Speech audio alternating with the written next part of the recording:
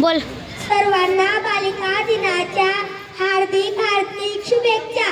जिच्यामुळे शिकली दीन दुबळ्यांची मुले, जिच्यामुळे शिकली दीन दुबळ्यांची मुले, ती ज्ञानदाती, ती ज्ञान ज्योती, ती ज्ञानदाती, ती ज्ञान ज्योती सावित्रीबाई फुले.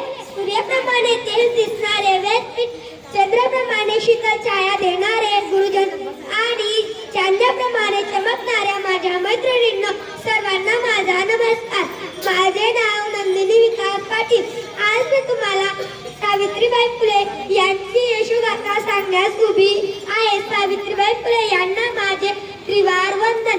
सावित्रीबाई फुले ज्ञानज्योती सावित्रीबाई या भारताच्या पहिल्या शिक्षिका होत्या. त्यांचा जन्म 3 जानेवारी 1831 रोजी सातारा जिल्ह्यातील नायगाव येथे झाला. त्यांच्या आईचे नाव लक्ष्मीबाई होते, तर त्यांच्या वडिलांचे नाव खंडोजी नेवसे पाटील होते. त्यांचा विवाह वयाच्या अवघ्या 9व्या वर्षी झाला. ज्योतिबा फुले यांच्याशी झाला.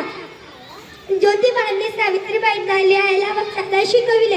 1 जानेवारी 1848 रोजी पुण्याच्या बुधवार पेठेत त्यांनी मुलींची पहिली शाळा काढली. त्यांच्या कार्यनिर्णयाला लोकांनी तीव्र विरोध केला. त्यांच्यावर लोकांनी दगडफेक केली, पण त्या डगमगल्या नाहीत. त्यांनी आपल्या शिक्षणाचे काम चालूच ठेवले.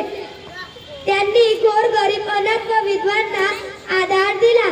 त्यांनी गरीब व विधवांना आधार दिला.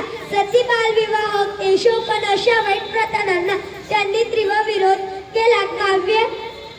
काव्य सुबोध, रत्नाकर सारखे काव्य संग्रह लिहून त्यांनी समाज जागृत केली. त्यांनी स्त्रियांना सादर व्हा, साक्षर व्हा, निर्भर व्हा असा संदेश दिला.